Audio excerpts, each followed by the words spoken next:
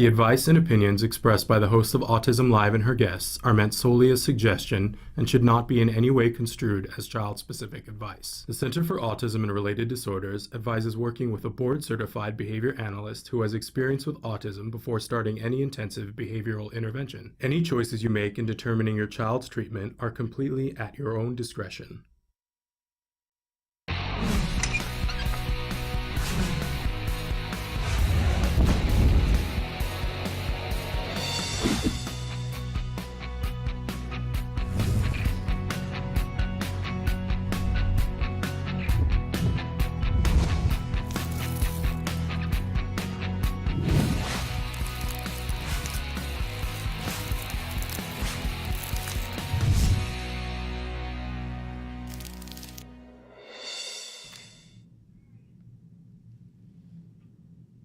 Good morning and welcome to Autism Live. I'm Shannon Penrod and we're coming to you live, 100% live from the Warner Center in Woodland Hills, California. This is the home for Autism Live. It is also the home for the Center for Autism and Related Disorders. Now, I know it's not a full moon. I saw it last night, but as you can tell, there's things going on here. We have gremlins this week. I don't know what it's all about, but it's a live show, and so we take it as it comes and try to make fun whenever we can. If you were with us yesterday and you got to see Miss Nancy and I dressed as Adele and Cher, then you know we're willing to go to any lengths to try to jazz, because a lot of times this topic is not the most interesting, right? Unless, of course, you're part of the autism community, which is what most of our audience is.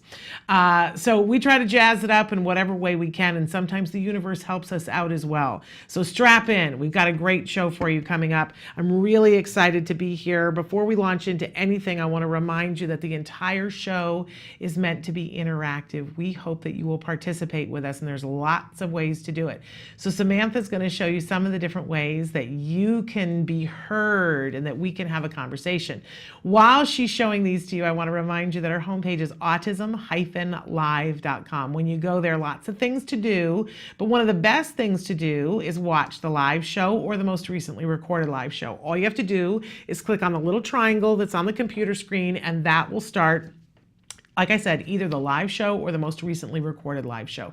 If you want to go back in time, you can use any one of the sites she's showing you, or on that same site, autism-live.com. There's a little memo tab in the upper left-hand corner of the computer screen. If you click on that, you can watch any one of the most recent 100 shows right from that tab. If you want to go back further in time, hop on over to YouTube or to iTunes and you'll have free access to all the videos that we've ever done. But back to our homepage, we also have something on that page that's called the Live feature. There's a series of white boxes, and if you will put your cursor in the box that says your question, all you have to do is type and hit enter. I just want to remind you there's no username, there's no login, there's no password. You don't have to prove that you're a human being in any way, shape, or form. I hate those things, right? And by the way, it's free. You don't have to put in a credit card number and remember to cancel it 15 days later. There's none of that. It's totally free, totally anonymous. All you do, type and hit enter, and it shows up here on my screen. And in that way, you and I can have a conversation. Better than that, you can have a conversation with any of the experts that we have here on the show, and it's completely anonymous. If you write into us on Facebook or YouTube or Periscope or Twitter, people can identify you with your comment, and that's fine most of the time, but if you want to be super private, you can do that right on our live feature.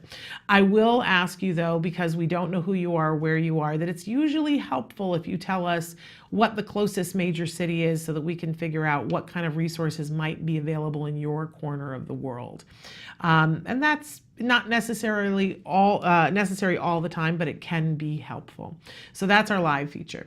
Totally free. We love it when you interact with us.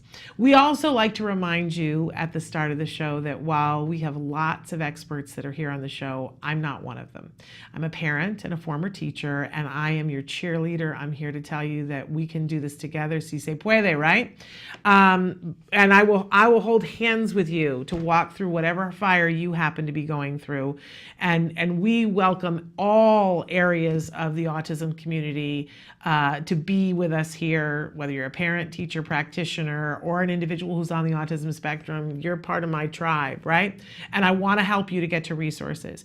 But I am not an expert nor claiming to be one. I'm very opinionated, and I've learned a thing or two on the road, but don't confuse me with an autism expert.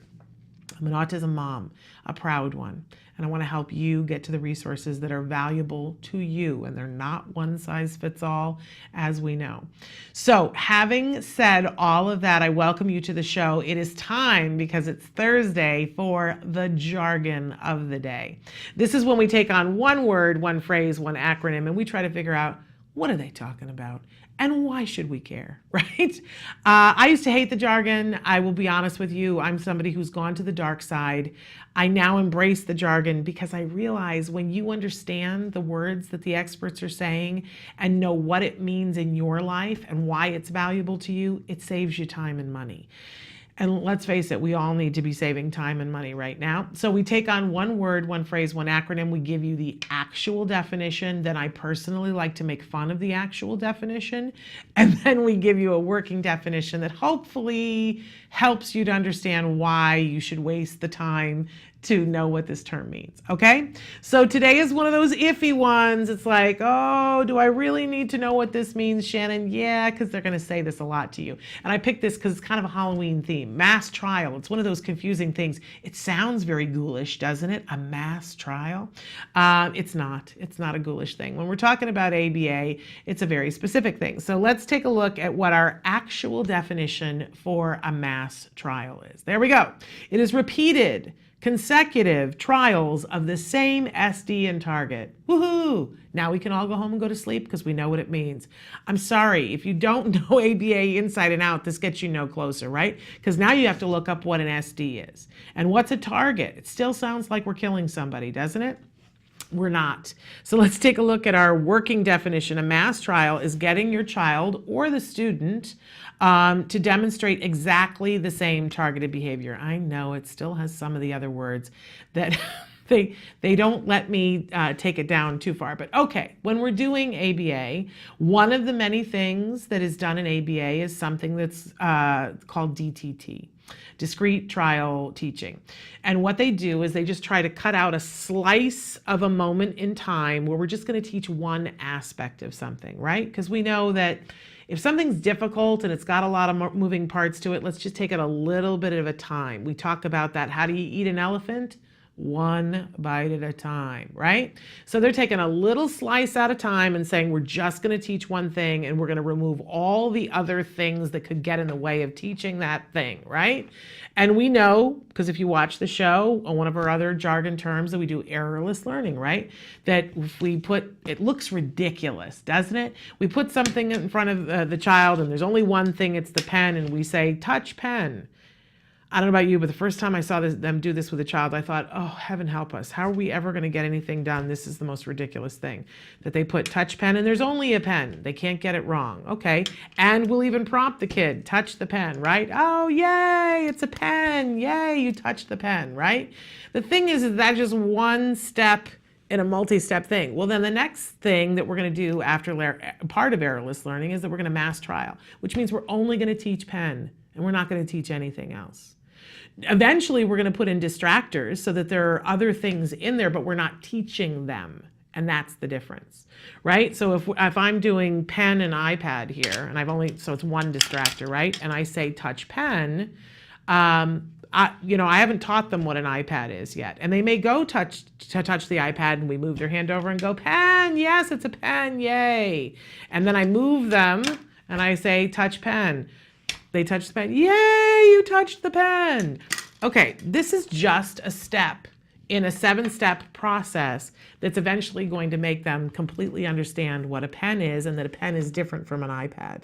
So mass trialing is when you're just teaching the one thing. We will talk later on about random rotation, which is once they've learned pen and once they've learned iPad, then we'll be able to put them both out there together and randomly rotate and go and say, touch the pen, yay, touch the iPad, yay, keep moving them around. And we can do this with lots of different things. But you will hear people on your child's team talk about, well, we're going to mass trial this. And it sounds ghoulish. It's not. It just means this really painstaking, exhausting moment in a lesson that you're going to look at and go, are they really teaching them something? Let me just tell you, the touch pen becomes, can somebody give me a pen? I got to write and sign my name on this check. It gets there.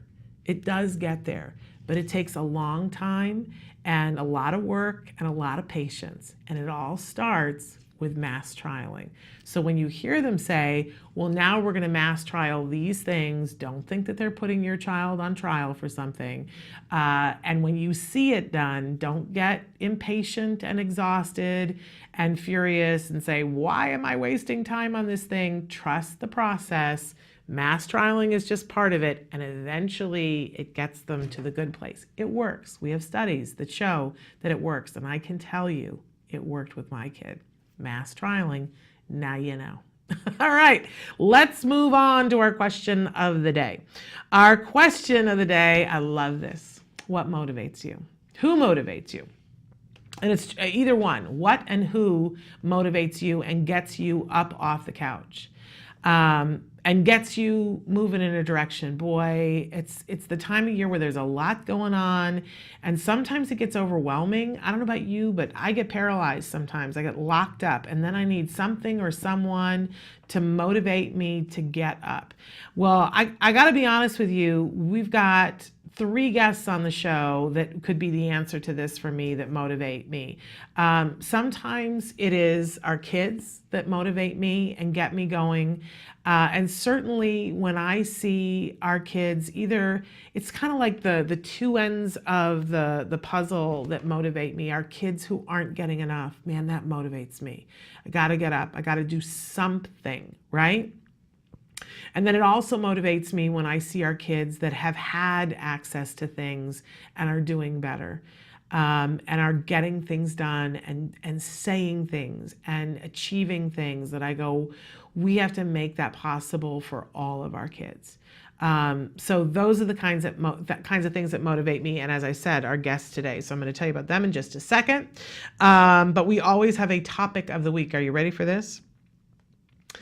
Our topic this week is about thriving and surviving. Sometimes on this road, we get into just survival mode, and sometimes that's all you can do, right? You just got to get through today or get through the next 5 minutes. And there's nothing wrong with that, except that you can't live that way forever.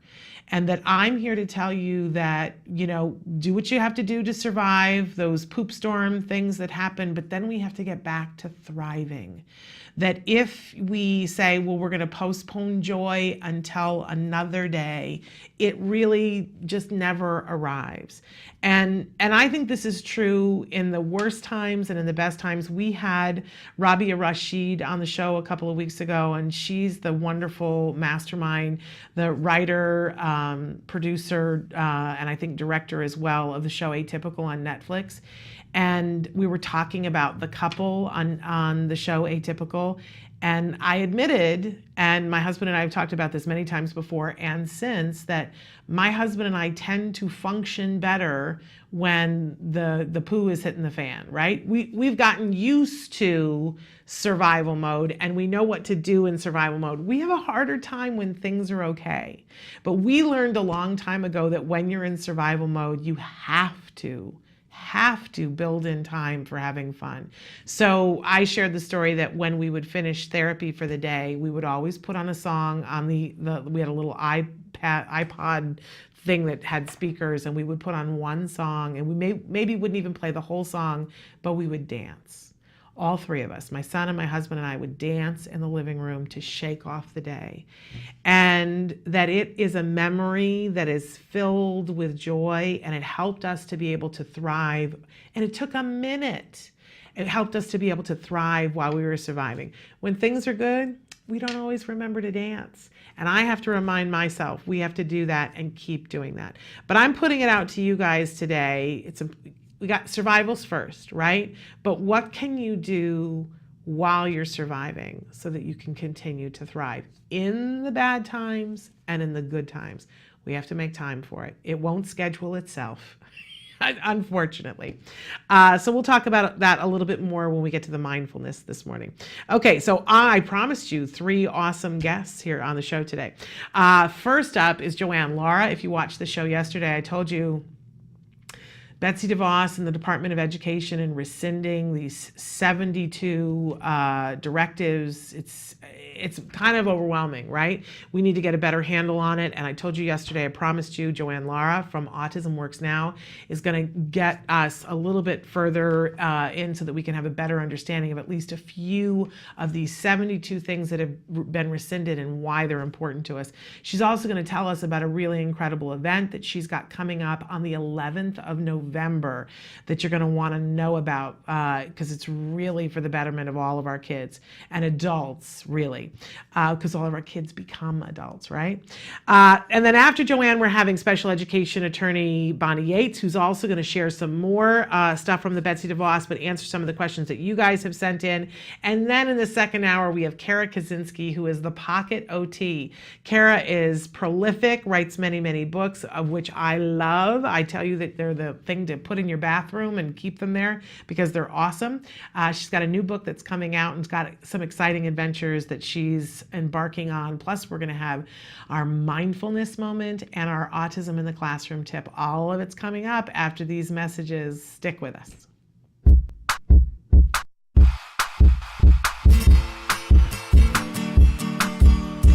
Hi guys, welcome back to Smarty. This month we're going to be creating our very own any animal mask. As we work on this activity, you'll notice that these icons will pop up. These icons tell you important information about what skills we're using to create this craft and how to find them on Skills. Skills is an ABA-based online program that helps parents create individualized programs for their children on the autism spectrum. If you're a Skills user, this will make the most out of this artful and educational activity. Well, let's get started. The materials you'll be needing are glue, scissors, hole puncher, markers or crayons, pipe cleaners, and the template. So step 1, you're going to go to our Facebook page at facebook.com/autism-live and you're going to print out the templates that you see there. Once your templates are printed out, then you're going to take your scissors and cut them all out. Now that you're finished cutting out all the templates, you're going to have several different shapes. This is because this will give you a variety of different features you can use to make different kinds of animals. So this is the fun part. You're going to take these templates and arrange them into any kind of animal you can think of. Use your imagination. There is no wrong answer. Once you figured out the animal that you're going to want to make, take out your glue and glue them onto the mask. Once that's been finished, then you're going to take your markers and crayons and decorate it, drawing in the features a little bit clearly and just making it as colorful as you'd like it to be. For the owl that I made, I had to cut out some more holes through it. Once your animal mask is done being decorated, you're going to use your hole puncher to make holes on the side so you can fasten it to your face. Then you're going to take your pipe cleaners, thread them through the holes, and then voila, your mask is ready to go. Well, I hope you enjoyed this activity with me. Until next time, guys, craft on. To find more about Skills and to access all of the lessons you saw in today's Smarty, visit skillsforautism.com and click on the parent icon. Skills, the online autism solution.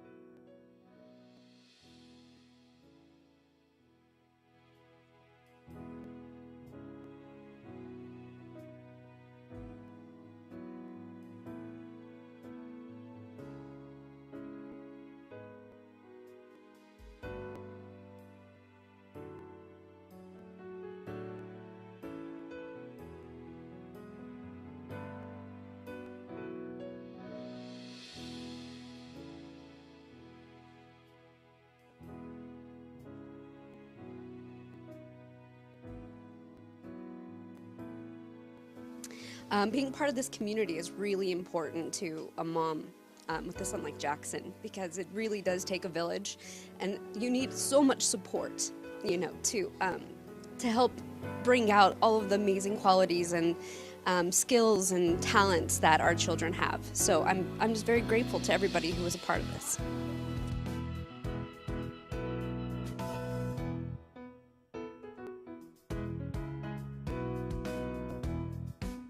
I think it helps with all sorts of that self-esteem, social skills.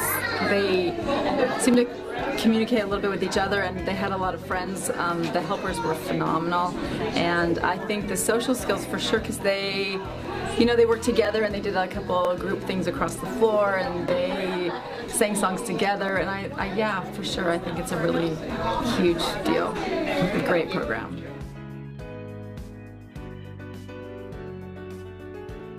What programs like this show is the person is in front of what we call today a disorder. I think what we're finding is that these sorts of brain challenges that make people unique can actually be gifts in ways we haven't discovered in the rest of society to bring them out. So when you see a program like this and you see the kids dancing, having fun, and making up jokes, making up the story. I was here when they did that. That was so amazing to watch because they were all focused, they were all present, and they were all laughing, they were all getting into the creation of this story. And that to me sort of broke the barrier to say, no, first we're dealing with people, and then we're dealing with the challenges.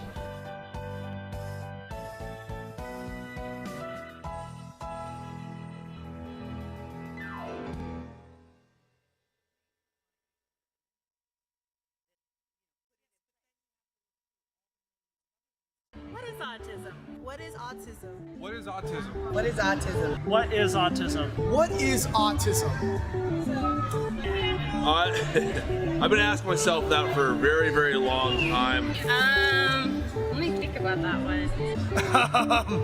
Trying to just Jeez. Let me think.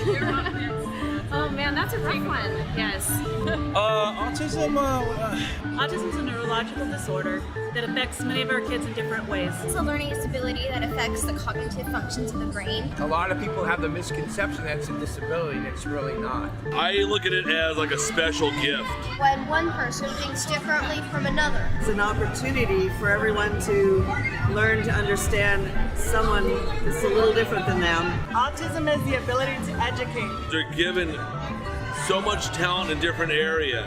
To me, autism means a chance to be with and be around people you really care about. Autism is beautiful. It's a way of seeing the world differently. It's always unique, totally intelligent, and sometimes mysterious. Happiness that comes out of my son's hard work. It's a movement. Unpredictable. That's right. Awesome. Love. The field I want to work in. Laughter, fun, joy. Autism is beautiful to me. I want you to remember these three words. There is hope.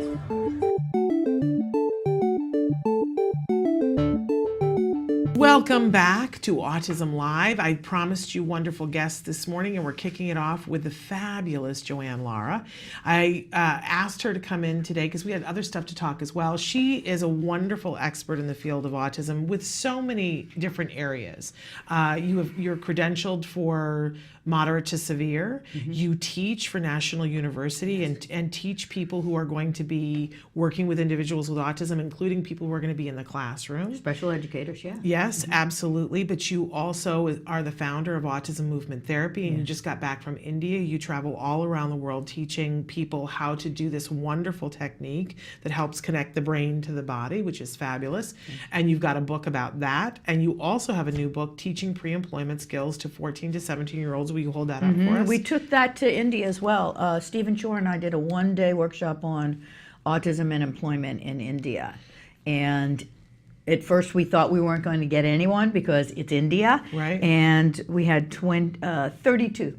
So it ended up being a really great workshop. And everyone's starting to get on the bandwagon because we're looking towards employment and a place in the community now for our individuals. Oh, globally. I mean, we have to, but nobody else has been able to focus the way you have. You've got a curriculum. That's what's in the book. Yes. You teach this curriculum to a group of people here in Los Angeles, but you've made that curriculum available so that any parent, any teacher could pick up the book and begin teaching around the age of 14 to get, but if they're not 14, if they're 22, when is now a good time? Yeah, now. Yeah, exactly. So when is now? Yeah, now. right. So wonderful, wonderful expert.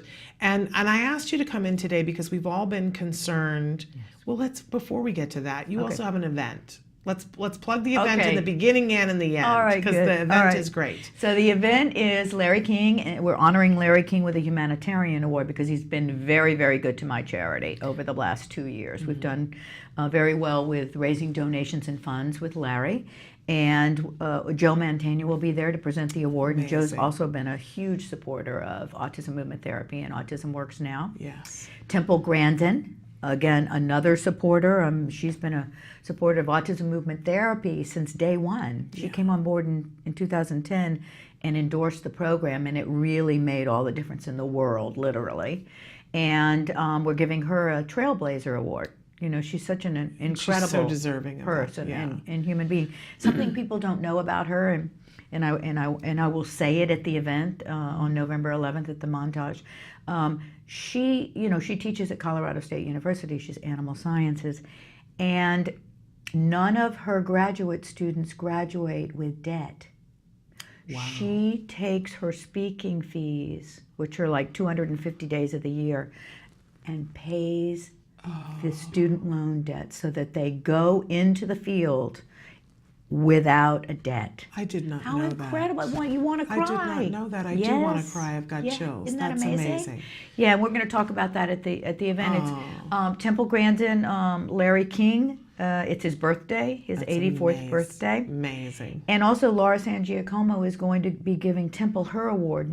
She's a big advocate for us in the special needs area. Her son, Mason, has cerebral palsy. Yeah. So she's been a big advocate for many, many years. And he'll be there as well. Mason's coming. Lovely. So it's Kiki Epson is our a talent. And Mary Hart. And Mary Hart is the host, and who doesn't love Mary Hart? Right. It's amazing. Truly wonderful. So it's happening on November 11th. Yes. If people want to buy tickets, they still can.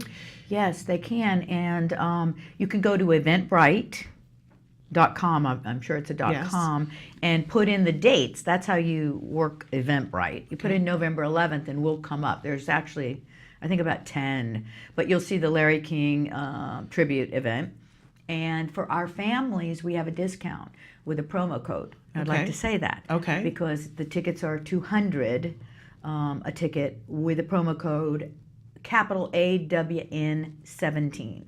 AWN17, but all capitals, AWN. All capital, yeah. And you put it, you click on tickets, and then you click on silver tickets, and you put the number in, and above it says promo code. Okay. And you put AWN17. Okay.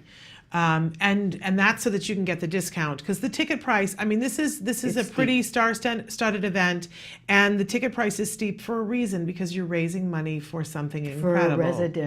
For a residential with work options. A greenhouse for Roses for Aught, where we will grow the roses, and all of our employees will learn how to floral arrange them. Yes. And we see it and envision it as a 1-800 roses. So people from the community will call in and we will deliver, because we have many of our individuals who drive.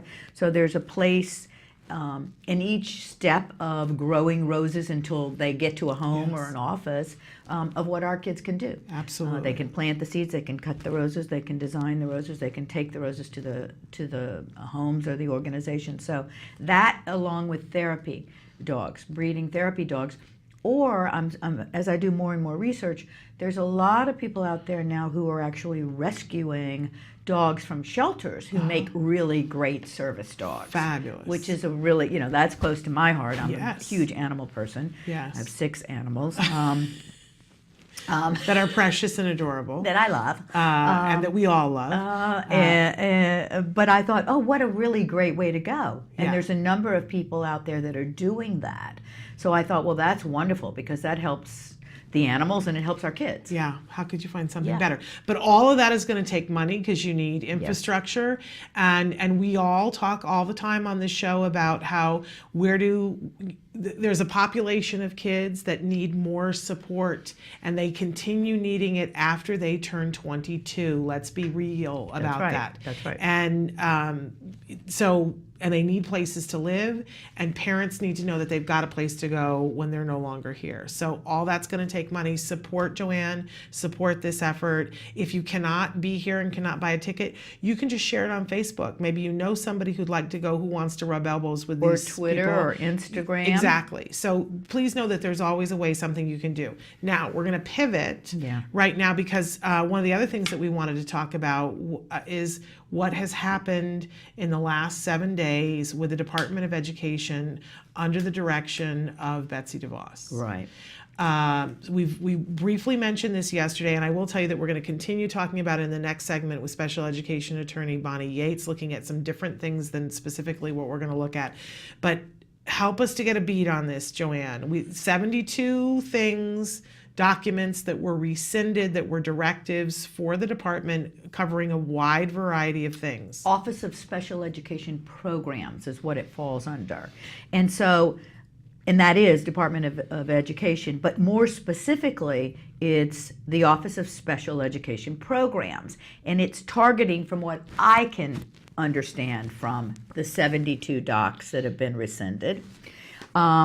And there's not a lot of comment on this yet, because I think everyone is trying to figure out exactly what is going on here. Well, and just so that everybody understands, when you say, well, I'm taking these 72 things out because they're either superfluous, ineffective, or redundant, but you don't say which one they are, then how do I say, how is it superfluous if you haven't told me? Now I have to go read the millions of documents to find what you already found. Several outlets have asked for the Department of Education to label and say, where is the redundancy? Clarify. Why did you take this out here? Where is it someplace else? And it's crickets. Right, and here's what I wanted to, there's 4 of the documents that I specifically want to target. Great. And look at and say, because I can comment on them. Okay. And the first one being transition programs and services for high school, high tech, and vocational rehabilitation. What that says to me is that the federal government no longer wants to put money into the direction of vocational centers, vocational training, which, as we know, equate to job skill sets that equate to jobs. So that for me is very, very discomforting. Number 2, again, and these 2 fall under Department of Rehabilitation, is factor state vocational rehabilitation agencies should consider when determining whether a job position within a community rehabilitation program is deemed to be in an integrated setting for purposes of the vocational rehabilitation program. Well, that is all about what we call competitive integrated employment. And that's been a key term, acronym, that we've been using for the past 2 years. That our individuals want dignified and meaningful work, and that it falls under competitive integrated meaning inclusive employment. In other words, throw away, get out of these sheltered workshops where we find 250 people at long tables sorting candy for Nestle's. I've seen it. And sorting holiday candy and getting paid $25 a week. Yeah. Something ridiculous. And I will tell you that California is one of the biggest offenders in sheltered workshops. So, in other words, if you have a disability, and go figure this one, you can be paid a sub-minimum wage. And you can work at a sheltered workshop. And sheltered workshop, when I was on Hillary Clinton's Disability Employment Task Force team, I began feeding that. Like, we want to do away with sheltered workshops, Hillary. She started talking about it. But I advised her people to say, guess what? Sheltered workshops don't mean a great thing. Because when you think of it, you think, oh, people are being sheltered and they're in a workshop. That must be a great thing. Right. No, it is not. It's sub-minimum wage. Right. It's meaningless work for companies like Nestle's, where you're sorting Valentine's and Halloween and Christmas candy from a big barrel. I have seen it with my own eyes here in Los Angeles. And I just want to say, too, that I think a lot of times people misuse a parent's fear about the sheltered workshops, because they'll say to a parent, well, if we take away the sheltered workshop, at least they're making $25 And they have a week. somewhere to and they go. have somewhere to go. Yeah. And if they take that sheltered workshop away, then your child's going to be home, and what will you do? To me, that's like saying, so you should sign your child up for slavery. And we see that those young people they're not, their souls are not being fed, they're not being taught anything, and they come home with their behaviors worse. But for and the no parent, money to be able to, you can't live on any of this, as we know. But the parents go, at least it's something. It may be a turd in a punch bowl, but at least it's something. Right. And we need to empower our parents to say, don't allow them to turn your adult children into slaves because they're telling you that they have nothing else. It's exploitation. It is. Now, what I want to segue that into, with that said, number 1 and 2, which really scares me because it's all about employment. The first documents are about employment. Yes. Which are the most recent documents in the Office of Special Education Programs, right? And those come through the Department of Rehabilitation. Now, as we know, Department of Labor, Department of Rehabilitation, and EdGov are all the 3 organizations that are feds that should be working together in order to make this vision for employment with people with disabilities into the communities a reality. Yes. The problem is that, as I see it, is they are all working as private entities, which they are, but they're not talking to each other. Mm-hmm. And so they're spending a lot of money. Spending a lot of money is the key with this administration. Yeah. Because overspending. Why did they go to this? As I did my homework, I saw, he wanted to target, our president wanted to target all the things where he saw overspending. Right. And so we're pinpointing special education. And we don't want to overspend. Nobody wants to overspend, but you can't just slash. Right. And get rid of things without looking at what the problem is. But it's twofold, what I believe, okay? So one is that, this administration has tried to do away with everything that Obama set up in the right direction for our kids and people with disabilities, which includes the WIOA Act, the WIOA Act, which he signed in August of 2016, right before he left office. What it said was, we can no longer escort individuals with disabilities straight to a sheltered workshop. We have to assess, see where their job skills lie, and we have to give them the opportunity to learn how to make that job skill a reality for a paycheck. That's the WIOA Act. So that would require some education. Yes. And it would require programs such as yours, that could help to not just sell them into slavery. Right. Well, there's got to be something in between. Well, it actually says, you can find the WIOA Act online. Okay. It says, so that they do not have to go straight to sheltered workshops. He knew sheltered workshops, not a good thing. Right.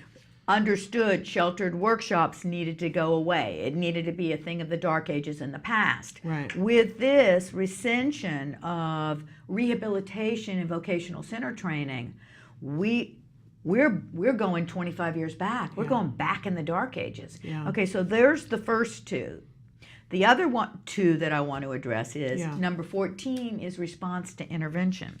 Okay. Response to intervention came in 2009, and it was a federal mandate, and it said response to intervention was meaning students who looked as though they might be falling through the cracks in academics.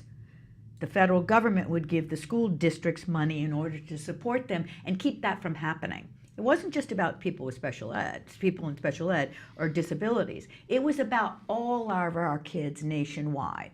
So the schools were like, yeah, we want that. Yeah. We want that. And it's a 3-tiered ideology.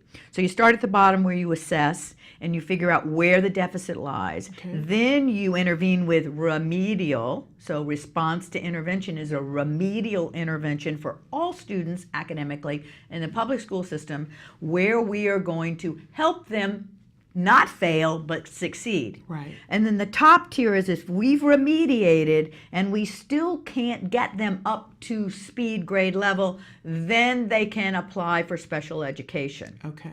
So it's that 3-tier. It's been fabulous. A lot of schools in Los Angeles adhere to it. They either offer the remedial classes before school or after school. Okay. Federal government gives money for it. They're going to take that away. It was rescinded. They're going to take that away. They're going to rescind that. It's Yeah, beyond because me. it's superfluous or redundant or ineffective. And we don't know which one she's citing, but I Right. take issue with all 3 of those words having to do with that. Yeah, but look, all 72 rescinded.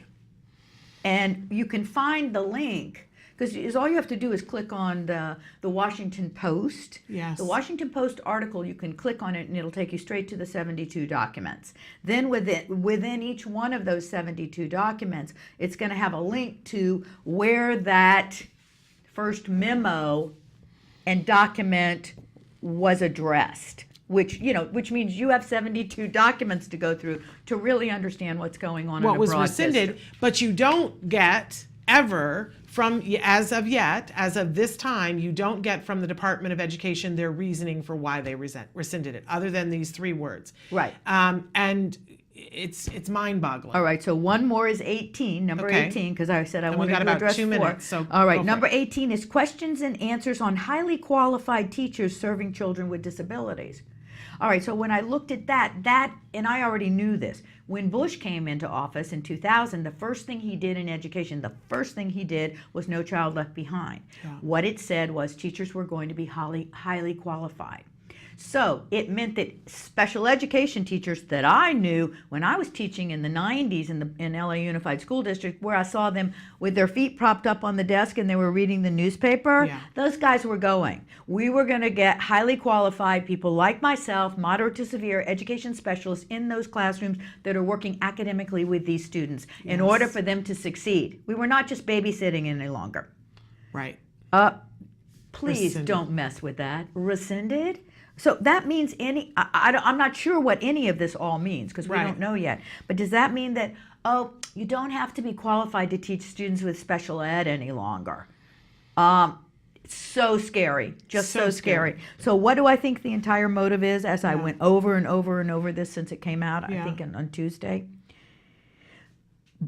He ran on his platform was vouchers and privatization of education. He feels that Trump feels that there's too much money being spent on education. They'd like to get out of the business of education altogether, this administration. Yeah. In my opinion, what this is the forerunner to privatization and vouchers.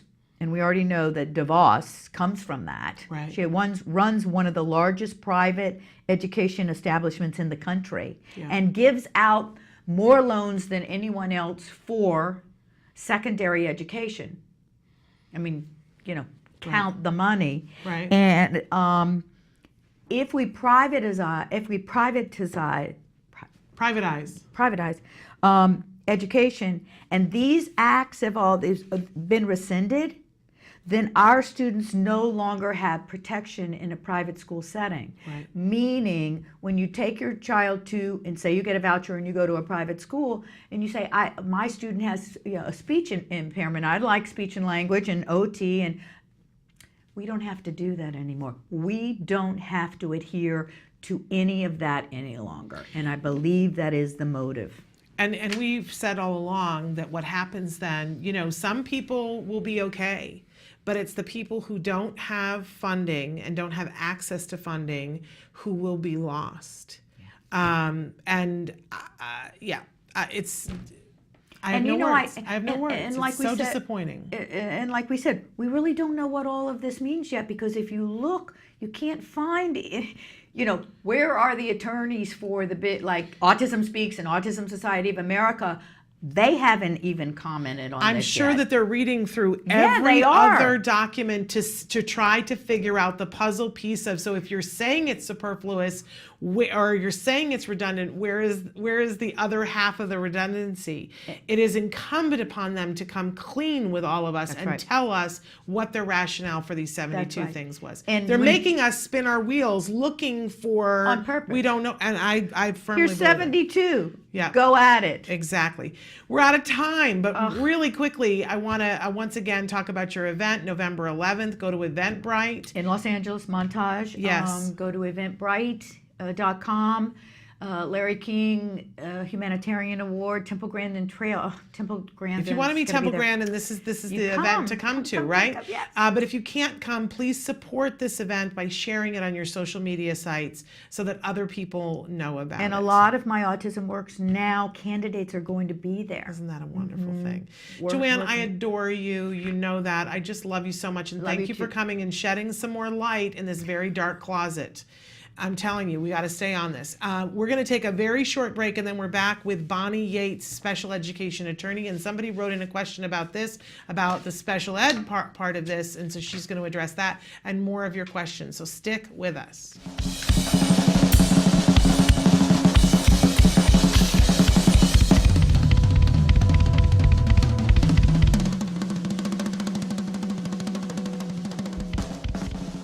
This is Logan Shepard. At first glance, he looks like a typical American teenager. He plays in a band, loves hanging out with his friends, he doesn't like doing homework, and he's not really fond of broccoli. But Logan Shepard is not your typical 14-year-old. Logan was diagnosed with autism at the age of 2. He was nonverbal, made no eye contact, and his parents were told to abandon all hope. Instead, his parents began an intensive intervention treatment. At its center was a quality ABA program known as the CARD method. This is Logan Shepard now. All I really want to say is, like, I'm kind of copying Martin Luther King. I kind of have a dream, like, that one day, like, I can just, like, inspire people and never give up. Because, like, that's what I want to do in life. Because if I can succeed, they can succeed. And I will succeed.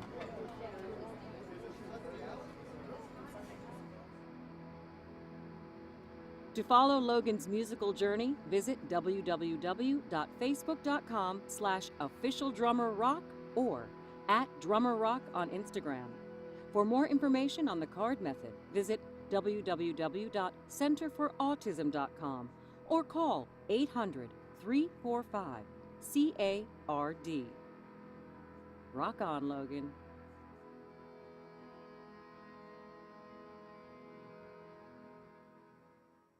A lot of adults don't really believe kids. They'll think, kids are kids, what are they talking about? But when a child stands up for what they believe in, it's so strong and powerful.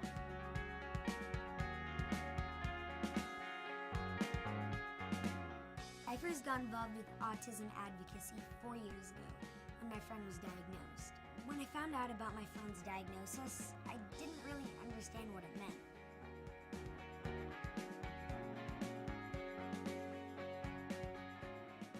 But it didn't matter to me or change our friendship.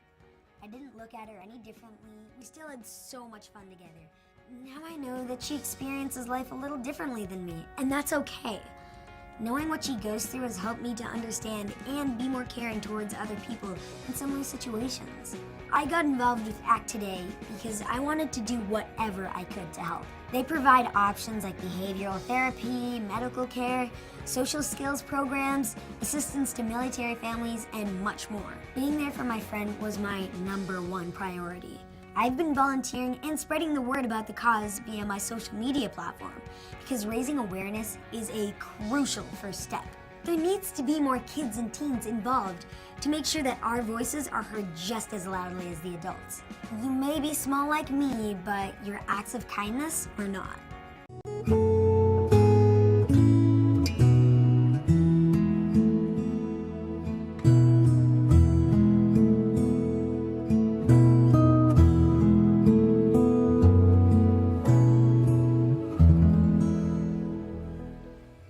So we're going to do down dog next. So with down dog, there are several different ways that you can do it, and I want to show you first and then help you with yours so that we can work on what feels good for you, okay? All right, because there's no right way to do it. It's more about what your body likes, right? So for me, what I'm going to do is start off with my hands at the top of my mat, my headlights. My fingers are aiming towards the top of my mat, and then I'm going to tuck my toes, and then my head is also going to drop, and I'm going to look between my toes. Okay. And my body should be, or hopefully, like an A shape. Or V. Or V, yes. Upside down V. Yep. And so if your quads are tight or your hamstrings are tight, you might need to bend your knees a little bit. Then it's a U. Or if your shoulders are a little strained or a little tight, remember to push in through your feet. But also sometimes what feels really good is going down on your forearms, like this. You can actually start out this way instead, it's a little easier. So your forearms rest on the floor. You still tuck your toes, and then you're still looking between your toes. But rather than being on your hands then, your weight's along your hands and your forearms. Okay? All right. So, now it's your turn. Okay? So, yep. You're gonna do on your hands? Okay, yep. So your fingers are facing the front of the mat. Are you doing forearms? Forearms? Okay, there we go. Wow, you're very bendy. Very nice. And your gaze is right here between your toes. Excellent. Very nice, Jem. Wow. Awesome. Feet are a nice distance apart. How does that feel? Okay. Awesome. You want to come down? Excellent. Good. Good.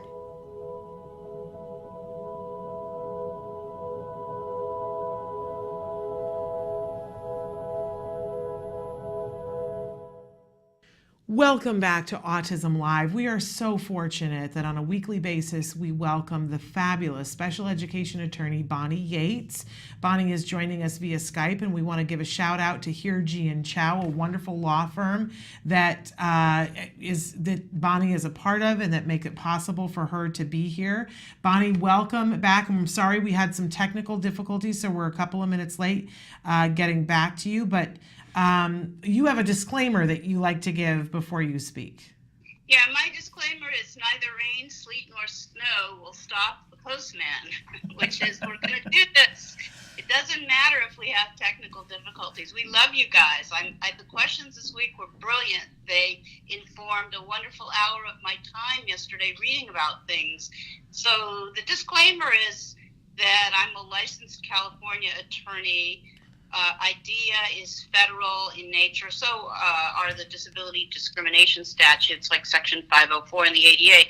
So our questions are answered under either California law, because that's what I know, or federal law. If you're in another one of the 49 states and you've got a specific legal question, I would direct you to COPA, COPAA.net. There seem to be a lot of really great special ed attorneys in other states. I'm going to be seeing them this year in March when I go to their conference, and I'm going to try to meet people in other states so that my referrals can be a little bit more personalized. Awesome. So that's the disclaimer. We always give you our phone number.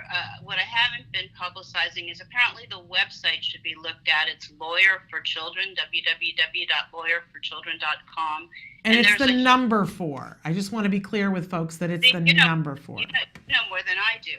And then there's a Facebook page, a Hirji, Hirji, and Chow, Chau, Facebook page. And I want to just really quickly do a shout out to my compañera Jenny Chow, one of the partners at Hirji & Chow. Jenny is like the fiercest, hardest working person you'd ever want to meet, and she worked up till the minute before she beautifully delivered her baby girl Parker Ann this weekend.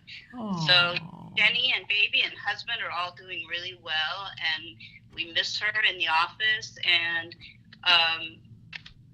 it's a magical journey that one embarks upon with one's first child. Well, So, tell her congratulations from all of us. And I'm very familiar with your website, especially because yesterday I referred somebody to you. So I hope that they gave a call. So I was just on your website yesterday. Thank you for that. And you know, when you call, we'll be there. That's our cool. Thank you.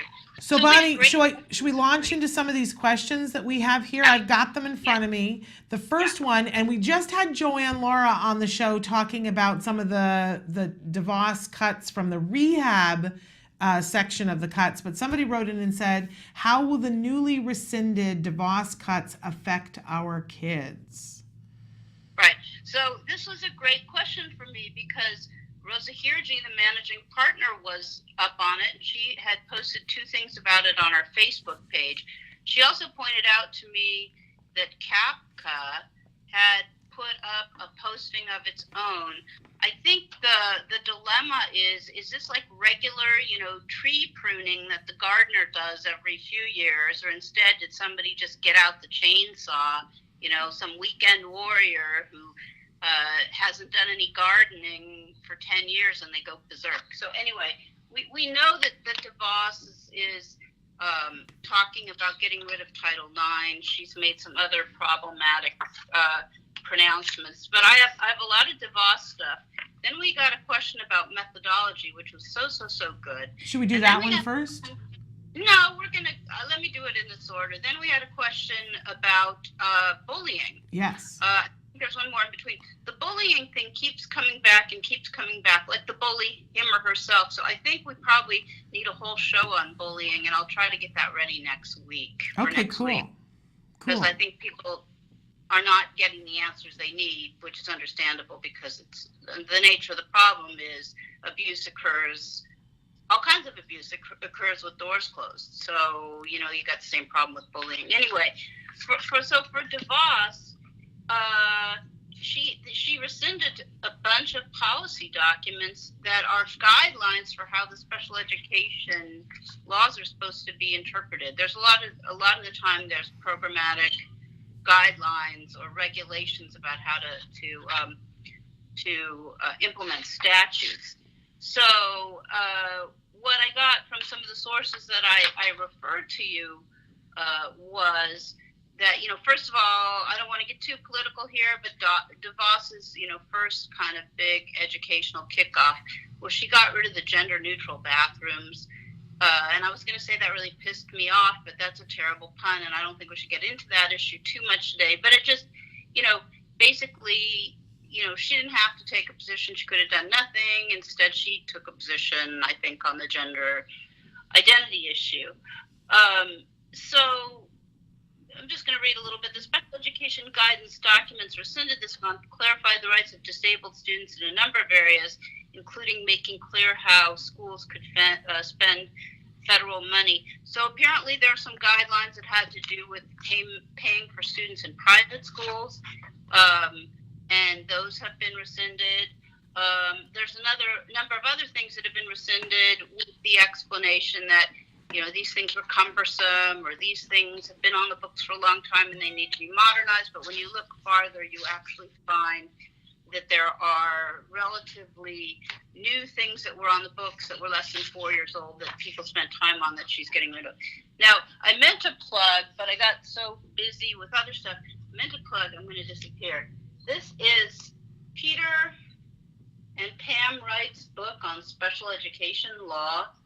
These guys have been writing books for parents for a long time, and they're very, very useful, and we kind of keep them around the office. So they had some stuff for us about methodology. I meant to just say that's a good resource. But then I also found that COPA, that the California branch of COPA, CAPCA, had sent a long letter to all of the folks in the Senate Health and Education Committee way back in January, and had real concerns about DeVos. Now, I don't know what the politics are on Autism Live. This is a really lengthy letter. It's a 4-page letter. Maureen Graves and Roberta Savage two really excellent attorneys wrote it, but I'll just hit some of the highlights. One of the concerns was that DeVos doesn't have any familiarity with IDEA, and there was kind of more of that this week when somebody asked her a question about IDEA, and she said, well, I'm not, I might have been wrong about that, thought I knew what it was, now I'm not sure. So that general knowledge was one of her big. Another one of the big concerns is her the fact that she's made it clear that as soon as she's done serving, she's going to go right back into her private for-profit activities in education. And so the question is that really going to be steering the ship and not something else? And Maureen and Roberta went on to say that there are people in CAPCA who are in favor of vouchers. They're in favor of privatization. They sometimes think charter schools can work. So it's not a wholesale no to all of that. It's more that the approach doesn't really seem sensitized to the idea that each child is unique and different, and we want to maximize options for people, not roll back options. There's also some discussion about how parents can't be expected to make educational decisions without their kids. Without professional input, because this is a very, very complex area of law. So she said parents are not experts in education. They rely on educators who are accountable to school boards and who face objective metrics that relate to students involving achievement, graduation, and the like. Turning education over to profit-seeking companies risks having parents choose the schools which are best at selling themselves rather than those that are best at educating students. And the letter goes on and on and on. If you want to read it, you can go to the COPA website and you can read the letter. It takes on issues of parochial schools. It's a 4-page letter. It's very comprehensive. So I think that we have to watch her carefully. We don't know what she's going to do yet. So that's what I was going to say about DeVos. Is there more you want to say, Shannon? No, I think a lot of it is yet to be revealed. As we were saying before, that a lot of places, us included, are calling for clarity for the reasons why, and especially when they're saying that something is redundant, superfluous, or ineffective. Can you point to where the redundancy is in some other document? Can you point to studies that show that it's ineffective? Can you show us why you're saying that this is superfluous? And we were given none of that. And so we, instead of asking us to go find that, we're asking the Department of Education to provide that information. And we here will provide more information as that becomes clear. But I'd like to jump to the next question, Bonnie, which was, do I have the right to know the way the school will try to achieve the goals on my son's IEP? School is saying I don't have the right. How can it be appropriate if it's a mystery? Doesn't it have to be a proven method? Okay, now this is a brilliant question, and I really appreciate that the reader wrote in. And in this case, the answer to whether or not you have the right came in part from Pete and Pam Wright. So again, I appreciate a lot what they do and what they have done. But in all seriousness, the standard stock phrase is that methodology is left up to the educators. And I was thinking about it this morning. What's the most important thing? Placement. What's the second most important thing? How we're going to achieve those goals that are going to make the placement successful. And yet methodology, when IDEA was set up, there was a lot of deference left to the educators. The notion was, they really have specialized knowledge and training, and so they can, they're the ones that should decide what the methodology is. And of course, that got really crazy in the 90s with kind of the autism wars and, districts saying they had eclectic methods and us saying, well, we have research validated methods, and there were some methodology cases. Now, so I think I couldn't do it better than the Wrights did it. So I have some stuff that I'm going to read you from Wrights, read you your rights. And then there's actually guidance from the that So I just found more DeVos stuff, but maybe we'll talk about that later. Okay. Our child has a learning disability and has difficulty reading, writing, and spelling. Nobody at the school understands dyslexia or how desperate our child is. We want multisensory learning like Orton Gillingham. The school said they get to choose any curriculum methodology at their sole discretion. So he asks, why do schools get to choose methodology? Why does the state go along? And why does the Department of Ed go along? His answer is, first of all, schools do not want to comply with parents' requests because they do not want parents telling them what to do.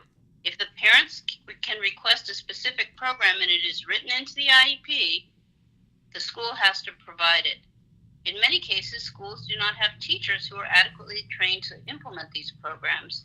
In other words, the school is not withholding a good program. The school does not have a good program that can be implemented by well-trained staff. It isn't only about methodology. It's about finding someone who's trained, certified, and can implement a program with fidelity.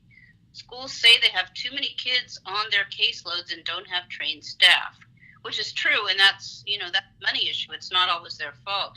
School administrators do not want to force teachers to get in training research-based programs because they are afraid teachers will get angry and or quit, or that this will violate union rules. Well, that sounds, like it's probably true and something we need to deal with.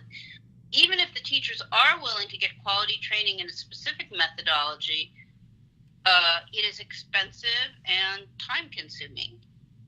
Methodology is vitally important. The law does not require your child's IEP to include educational methodology.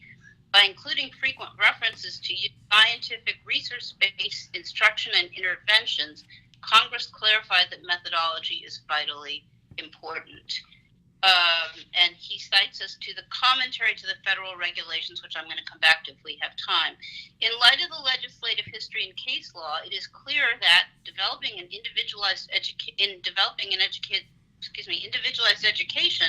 there are circumstances in which the particular teaching methodology that will be used is an integral part of what is individualized about a student's education. And in those circumstances, will need to be discussed at the IEP meeting and incorporated into the student's IEP. I'm just about done here, Shannon, and we can take questions. So there are, things accompanying this article. There's a whole rights law article specifically on methodology in the IEP that is up online. 10 tips on how to use IDEA 2004 to improve your child's special education looks at this issue. And so on. So the article ends by saying, reviewing the research and using proven methods of teaching and learning will determine the interventions and instructional methods that are most likely to provide your child with educational benefit. School officials often refuse to write educational methodologies into the IEP.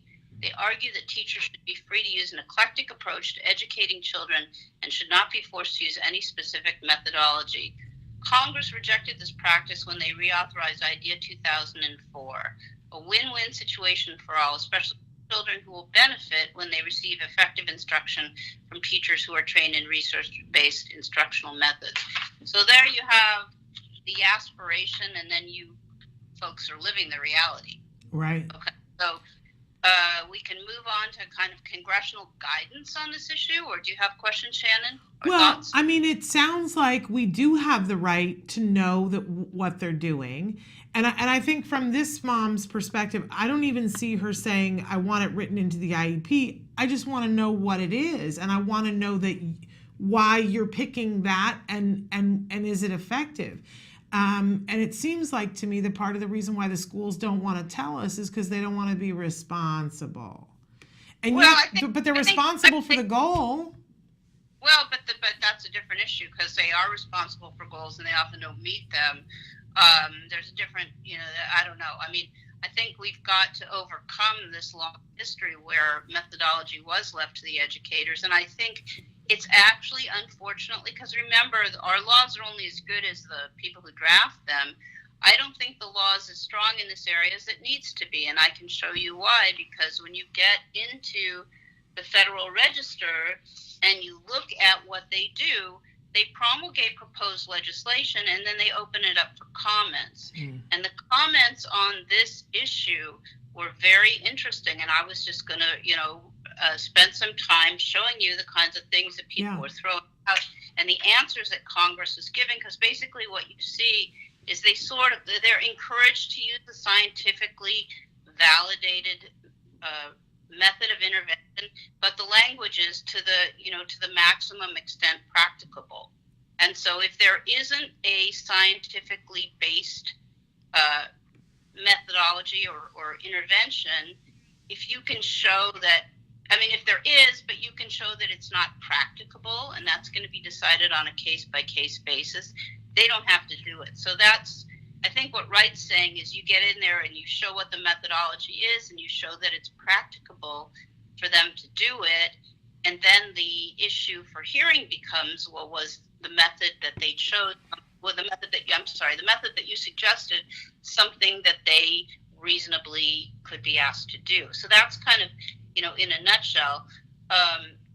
So some of the comments, one commenter recommended that the definition of peer-reviewed research be consistent with the work of the National Research Council. You'll remember that in 2002, the National Research Council recommended at least 20 hours a week of structured intervention for children with autism, and that was kind of groundbreaking then.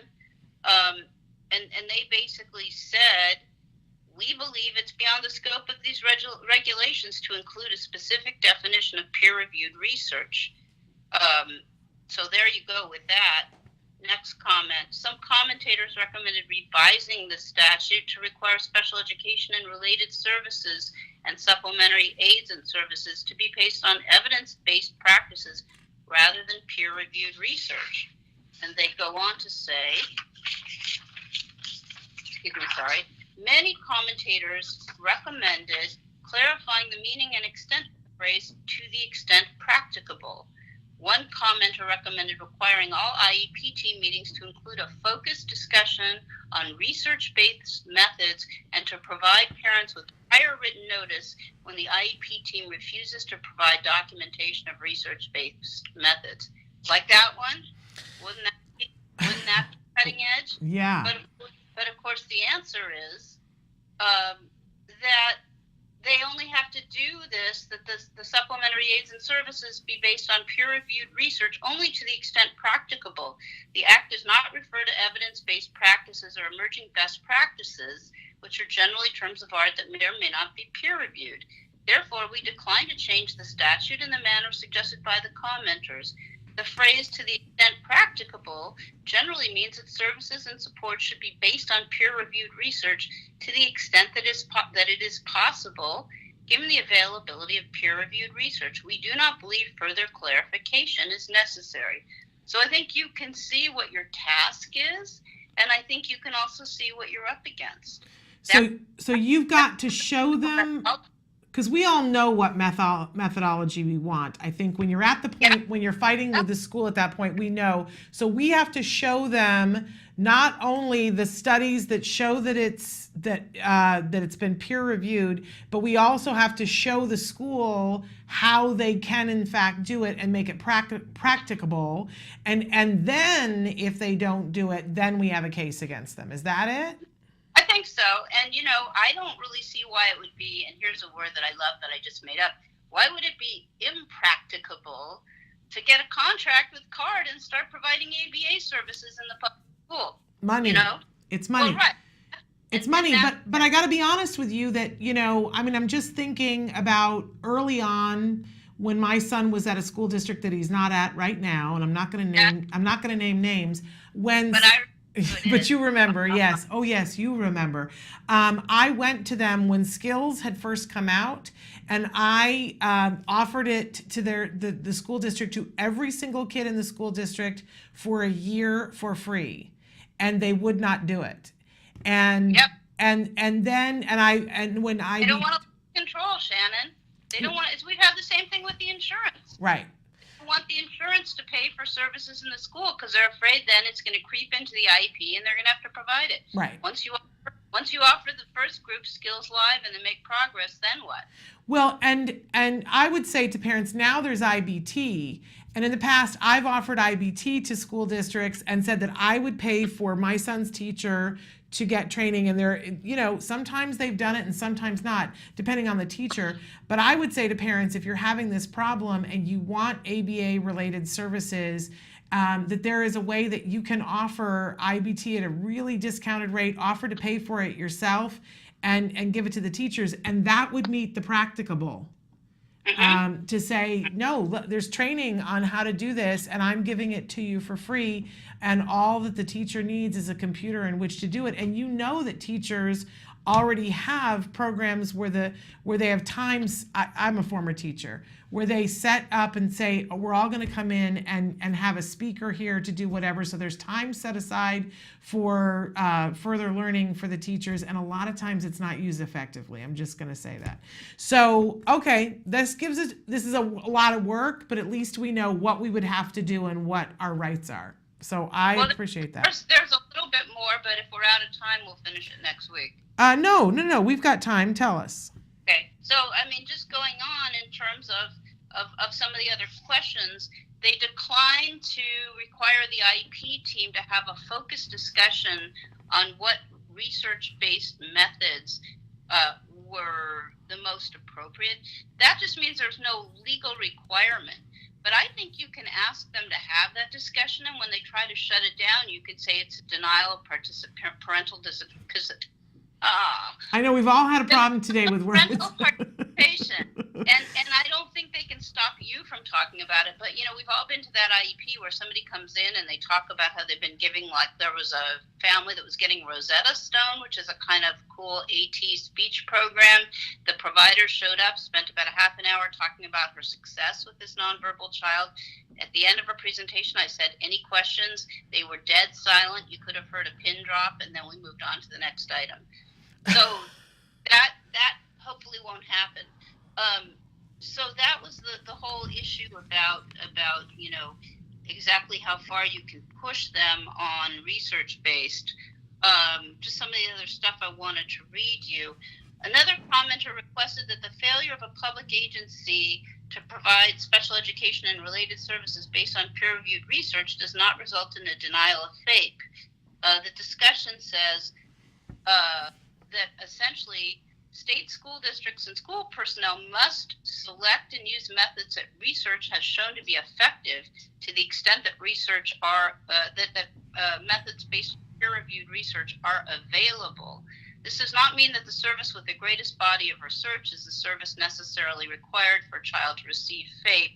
Likewise, there's nothing in the Act to suggest that the failure of a public agency to provide services based on peer-reviewed research would automatically result in a denial of FAPE. So it's gonna be a case-by-case thing.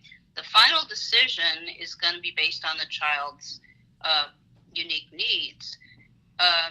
And they go on to say that, if there's research that exists, you can present it to the IEP team, but they're still going to make the ultimate determination about what happens. And so I think that this is kind of like the individualized transition plan, which we talked about a little bit, the plan for when the student graduates and moves into vocational employment. We got to push back in this area. We got to make this part of the dialogue. It's kind of like going to our IEPs and letting them tell us that behavior intervention is only for behavior modification, when in fact it's a total neurological teaching method. So I think we should be talking about methodology at our IEPs, and I guess that's where I'm gonna leave off. It would be helpful to have an expert to do that, but parent can bring in the articles, and I think if the IEP rolls their eyes and makes faces and doesn't say anything, and the recorder is recording, you catch that and you point out that you don't think that's a respectful way to have discourse. And when you sign your IEP, you say, I believe that the IEP team came in with a predetermined notion of what they were and weren't willing to do. They made fun of or ignored the information I presented, and that's a denial of FAPE. And I think that's where we have to go next. Okay, well, at least, that's helpful. That's really, really helpful. That's certainly more than I knew before, because I always thought that methodology was off the table and it always drove me crazy. But at least I know this is how you would go about. I was always going at it from the other aspect and saying to a school district, again, not the one that I'm in right now, but I would say, so what is the methodology? And they would say, oh, well, when we don't get into that, and I'd say, okay, but just show me your data that shows that it's working. And then they would say, oh, we don't take data. And I would go, you don't take data. That's a great answer. Right? That's a great answer. Well, yeah, and CARD taught me, and I've been asking for years, where are your outcome studies on the efficacy of your program? Right. Where is it? Yeah. And the other way this comes up in terms of parental participation is they hate it when you ask the IEP team what are the qualifications of the persons that are implementing your program.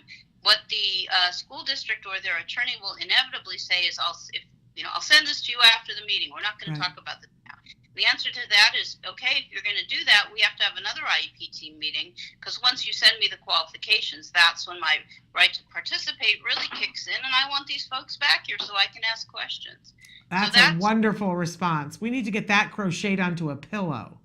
Okay. Teaches me how to crochet that can be I'll find someone to crochet that onto a pillow. No, honestly, we need to get that written down on a card and give it to parents before their IEPs. That's a new meme that we have to get going. All right, that's fabulous. Two possibilities, and then I'll stop talking. One, we write our own version of the parent rights. Right. That we put up online, and parents take that to their IEP team meeting. Two, let's get everybody IEP team t-shirts that has some sort of important, I am going to ask questions about methodology. Right. Well, I love both of those things, but more immediately, I love the idea of our own version of the parent rights, Bonnie. I think that's, like you say, a lot of genius things. I think that's one of the most genius things you've ever said. Okay, so parents, write in and tell us about your parent rights that you need. Let's get it going. Okay. I absolutely love that. Bonnie, you're brilliant. Now, we had two more questions that, as I read them, both really have to do with bullying. But you had talked about potentially doing a whole week next week about bullying. Shall we just table those for now and do a whole week on bullying? I think we're out of time. Yeah, we are. We're out of your time. Yeah, right. So, next week I'm going to try to get the bullying show together. If I need more time, send in questions in case the bullying show takes more time, because it is kind of like there's a lot. Then, but know that bullying is coming. Or anti-bullying strategies are coming. Okay, and Samantha, did you send me? Wait. Okay. No, she just was sending me something. We did have some questions come in, but they're more of a general nature, not a legal nature.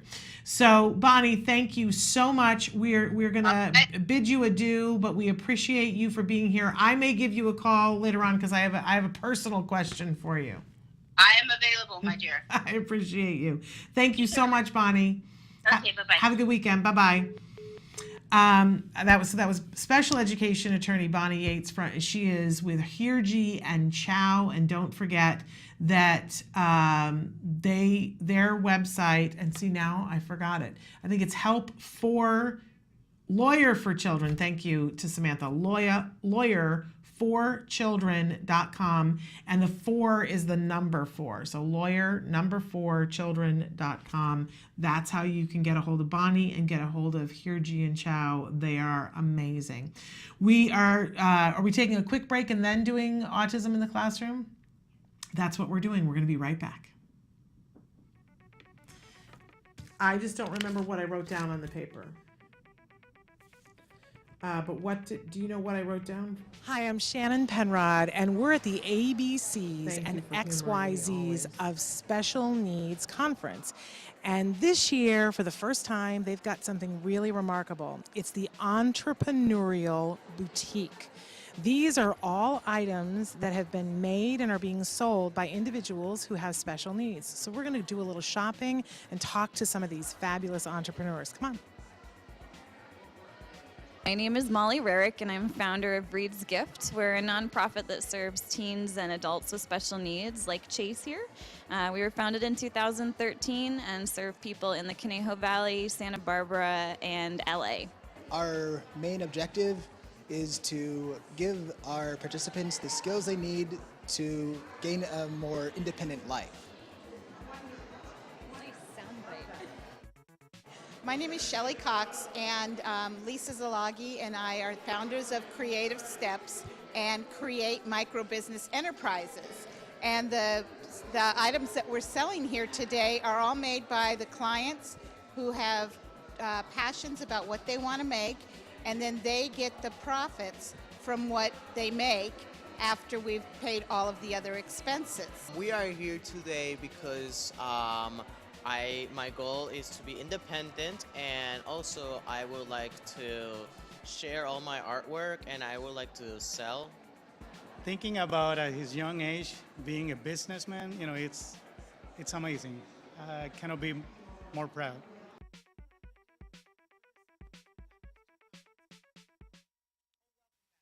I'm changing my mind a little bit about what I want to do, and I was just telling Samantha what I want to do. But I want, and of course I put away, but we had questions that came in, and I wanted to address those.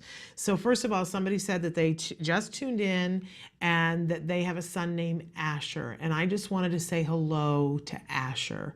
I think it's so important that every once in a while we just say hello to the kids, and if there's ever somebody out there that would like me to say hello to their child, please know that I would love to do that. I come from a long line of way back in the day when I would watch Romper Room, and my dad was the sound man on Romper Room, in the original Romper Room done in Boston. So when they would say, "Mr. Music, please," and it was my dad. And there was a part of Romper Room where she would hold up a little mirror that had a hole in it, so there was nothing in there, and she would say, "I see Bobby, and I see," well, I want you to know, Asher, I see you today. And I'd be happy to do that whenever you want me to give a shout out. Also want to say thanks to Christina, who during the segment with Joanne said I bought her book and I love it, and brought my teacher her book and she loved it. Absolutely appreciate that from you. And there was another question that you sent me, Samantha, and I'm looking for it. Let's see. Anishka says, I live in Lynchburg, Virginia. I have an 11-year-old high-functioning autistic boy. I've been looking for a support group for me and his brother, and this small town doesn't have any. The closest groups are 2 hours away. And so I wanted to say to you that this is what happens a lot of the times, that you identify something that you want, and the first thing that you do, and this all goes with our topic this week about surviving and thriving. So first step is to identify what it is that you think you'd like to have, because it's not one size fits all. Great. You've identified that you would like to have a support group for you and for his brother, and that the small town doesn't have it. And so you've done step 1 and 2.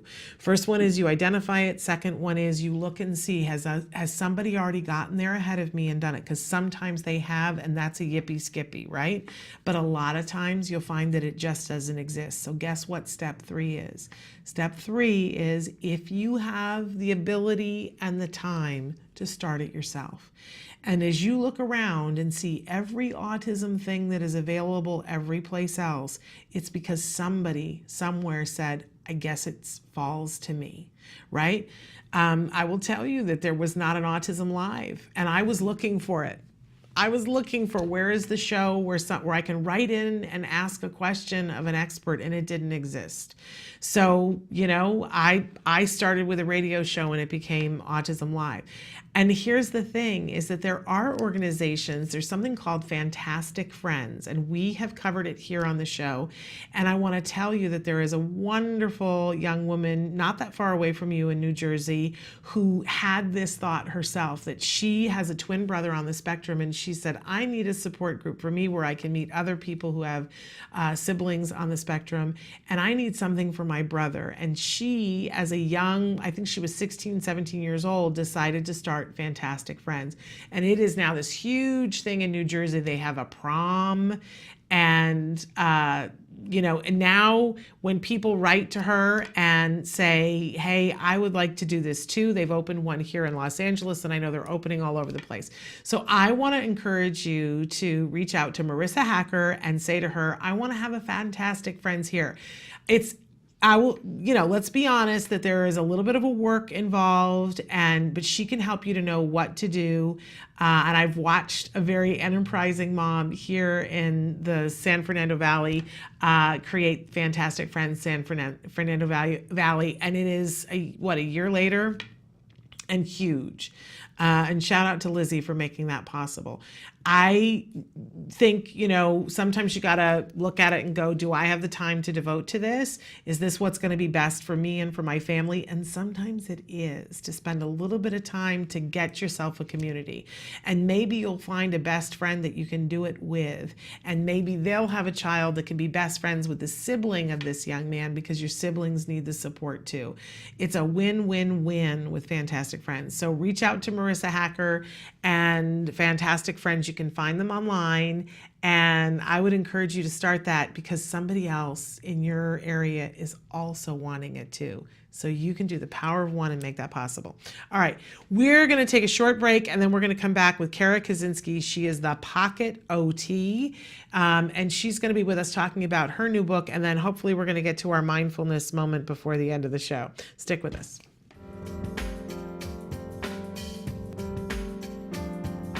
I'm Kara Kaczynski, the Pocket Occupational Therapist, and we're here in Dallas, Texas at the Future Horizons Autism Super Conference.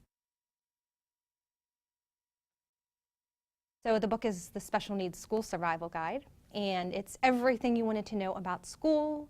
It is, okay, so it starts out with just different diagnoses that you might see, and then I explain them in clear terms, no technical jargon, and then each little diagnosis area has about, 50 to 100 activities that you can do at home or at school or cheaply and effectively. So it's just full of information that you can use right now. And the cool thing about it is at the end of every chapter are resources that you can use and access in the internet from a computer. And it's not just for kids with any diagnoses either. It's for kids that are just having trouble with handwriting or with dressing in school or transitions too.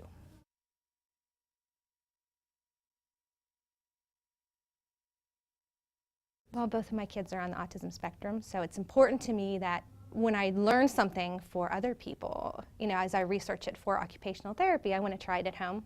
So then I take what works and I put it in a book, and what doesn't work, it's thrown out the window. And the other thing is I've just started to research for webinars, because our kids, as you know, if our kids are aging, so they start out these cute little babies with autism, and now they're getting to be teenagers and young adults, and we need help with modifying the environment for them, transition planning, and especially for IEP goal writing, for functional things that they can work on, not just handwriting, but then going beyond into the transition to young adulthood.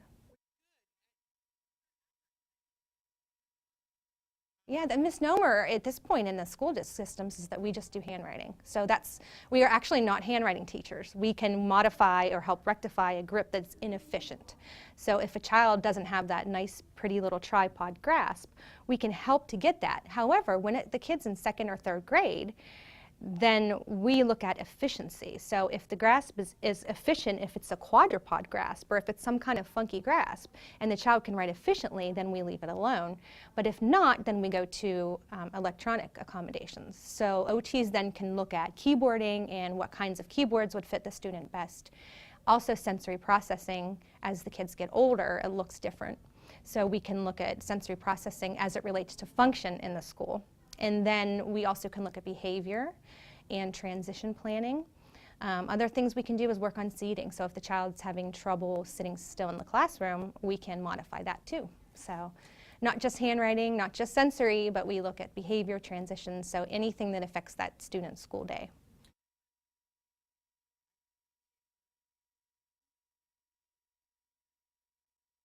Right. So that's a really good question, because sensory processing disorder did not make it into the last DSM, which is the way that medical professionals classify disorders. So it did make it into the classification under autism, but sensory processing disorder is very confusing, and a lot of therapists treat it differently. So the general overview is that sensory processing is either a heightened response to stimuli in the environment or a too low, which is hypo, response. So if the student perceives every noise around them is equally as important, or every feeling, so I'm sitting here, I can feel the chair, my sweater, the noise around me, then it's hard to concentrate and focus in the classroom on what you're supposed to be paying attention to. So we would use something, maybe a suggestion could be a weighted lap pad or some kind of fidget tool for the student to fidget with, or we can even look at special positioning in the classroom, so preferred seating. Then with sensory, transitions can be hard because any unexpected bump in the classroom or in line can set the child off into a fight or flight, which is when they really have a tantrum and freak out. So when they're in a fight or flight mode, they may fly off the handle for no apparent reason, maybe just being bumped by another student. So it's our job to be detectives and to figure out why the student is having that meltdown.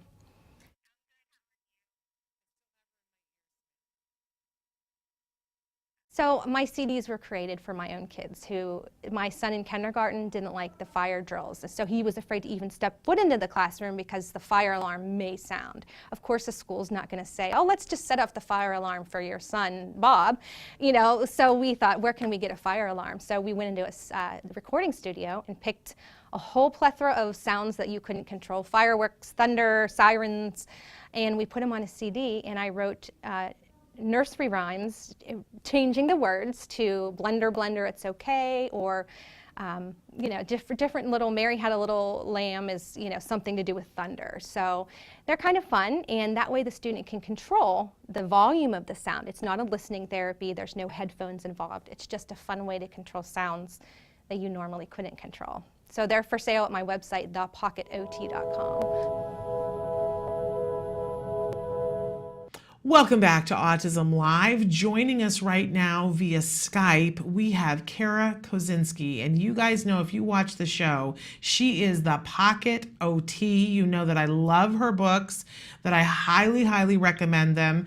I always embarrass her because I say that she writes the best bathroom books. You need to put them in your bathroom and keep them in the bathroom because they get read that way. And she writes in beautiful little chunks that are, perfectly negotiable. So fabulous, fabulous information. And we should say too that Kara is a brilliant OT, but she's also a mom. She gets it on every single level, you guys. She's fabulous. She's nodding her head there for you. And you can see we're having audio issues with Skype today. So we've got her on the phone, but we as well. So Kara, we adore you. Thank you for coming back and joining us. Thank you so much. It's been a little bit of time since I've been here, but you've been busy and I've been watching everything you do. I follow. Well, it is just me being remiss because, there's certain people that I would have on all the time if I could, and you're one. So anytime you have the time, you let me know and we'll make time for you. And especially today, we're excited because you've got a new book that's coming out. Tell us about the new book. I do. I'm excited because this is a different one for me. It's called Sensory Motor Interventions. There we go. Love it. And, the neat thing, here, I'll hold it up one more time. The neat thing about the book is that it's different for me because usually I give a simple, why does this happen? Like you said, the bathroom book. So how do I get my child to wash his hair? And then I'll give a little suggestion. But this book is specifically based on movement. Interesting because as OTs, a lot of our referrals come from things such as handwriting. So let's just talk about that. We get a lot of referrals in schools and clinics for handwriting. And instead of looking just at the writing and the graph, we need to evaluate the whole body. And that includes posture and other things like vision. So it's really different because I'm talking specifically about how sensory affects our function in this book. So it was a challenge to write, a lot of research, but it turned out okay, I think. I can't wait. When is the book coming out? It is actually the new edition is just being released, and I think it's coming out in a week or two. So yes, exciting. It's all, they did a lot of nice pictures inside of clinics, so it's looking very good. So, And this is coming out from Future Horizons, is that correct? it is, and their imprint for sensory books is called Sensory World. So Sensory World is an affiliate of Future Horizons. So that's who did this book, and it's exciting because I think for occupational therapists and parents, we need to understand that we as humans are developing on this pyramid. So at the base of the pyramid, there's all the sensory stuff. So if the sensory processing is out of whack, then everything at the top of the pyramid, and at the very tippy top, we have education and learning. So if we're not balanced sensory-wise, our whole body can be affected. Absolutely. Well, it's you're singing my song, girl, because I've said for a long time, my son's handwriting, he needs to grow up to be a doctor. He's got doctor handwriting. But it took us years, Kara, to realize that he had a tracking issue with his eyes. Years. Yes. And then finally, when it was identified, the doctor said he's probably not much of a reader. And I said, no, he reads all the time. And he said, it must be because he absolutely loves it, because it's extra difficult for him. And that's what's throwing off his handwriting. And we had been working on all kinds of things from an OT perspective of, working on strengthening the hand muscles, all of which was useful. I don't mean to depict it as, because he needed that too, but that we weren't getting to the final result that we needed because there was a piece of the puzzle that was missing. Yes, you actually just hit it right on the head too, Shannon, because the thing with this handwriting is that our handwriting, if you think about it, there's a saying in the OT world that you need proximal or core body stability before you can have this distal or hand coordination. But the most important thing that we're finding out now, and we're putting it together as therapists, is that our visual system is so intimately connected with our vestibular system. And for those that don't know what the vestibular system is, it's movement. So it's what makes us feel swinging in any movement. But one of the neatest things is that there is actually a nerve that goes from our ear into our vestibular system. And then our eyes are actually make reflexive changes in our posture. So if I would come right now and give you a little shove, you would quickly, what we call is writing. You would go like this, and then your body would form this upright posture again to keep you upright. And a lot of times our cues with handwriting and where we are in space depend on our vision. And I think the best thing that we can suggest to parents is to not just have a regular vision screening where they say, he has 20/20 vision, he's okay, to have what's called a functional vision evaluation. Wow. And so in the book, you go through, because all we've done right now is just talk about the handwriting issue, but there are so many other issues to talk about when we're talking about sensory motor. So in the book, you said this book is a little bit different. So is it just for OTs, or can a parent access this information? The cool thing, of course, this is what I love to do. I love to write these books not just for therapists, but I want everybody to use it. So any teacher or occupational therapist or parent can pick up this book and understand why their child is having these issues. And then I give, of course, half the book is packed with these photos of students completing the activities with step-by-step on how to do them. And the other thing that's important to know is that parents automatically think, vestibular, I'm going to have to install a swing in my house. And although that's wonderful, you don't have to do that, because there's ways to elicit or stimulate the vestibular system without a swing. And that's also probably about half of the activities in the book. So you don't necessarily have to have complicated or expensive equipment to do these things. I absolutely love you, Kara, and I hope that people get your books and read your books, because it's, you know that I love ABA and that I'm all about parents getting ABA. And a lot of time parents think, oh, it's an either or thing. And I see parents who just go and get speech OT and don't get ABA, and that makes me want to rip my hair out. But I also see parents who are like, we just do ABA and we're not interested in knowing about the OT things. And I think it's super duper important to marry all these things together. And I think you put it in language that we can. Oh, thank you. That's important to me to have you say something like that. And yes, it is important for parents because, if you can't sit up in your chair, we get a lot of children that come and they're practically falling out of their chairs even when they're doing things like their ABA, and a lot of assignments and even just eating in general or just trying to sit up, in a chair. They're literally falling out of their seats because their vestibular system is not working properly with their eyes and their posture to hold them upright. So it would be very difficult for them to do any functional task without knowing this information. So it's very critical to have the child feel safe and organized to work on their higher brain functions. Absolutely. Yeah, you're right. It's a multidisciplinary thing. I'm so excited about this book. So we think it's coming out next week. So I would assume that because it's coming out, you can go to Future Horizons or Amazon, and you can order it now. Actually, Okay. You can order it now if Okay. you want to. You can go on there and or my website too. But Okay, well, let's talk a little bit about your website because I also want to tell people that you've got a host of books that are absolutely incredible books. And then you also have CDs, which I know you don't spend a whole lot of time marketing the CDs, but I think the CDs are brilliant and I'm always telling people about them. But tell our audience what the CDs are. okay, well, that's funny you say that. I just shipped a whole bunch out today. But yeah, I don't really talk about them as much because they sell so well without me even saying anything. But they're called Soundies and Schoolies, and they're E's, not E-A-S-E. It's school-E-A-Z-E and sound-E-A-Z-E. And why we made them, it was for our own children. And just like you said, some of the best things are born from being a parent of a child with autism. And basically, the kids were afraid of loud noises. And we went, for instance, into the school, and my son was deathly afraid, like paralyzed, looking at the fire alarm, thinking it might go off.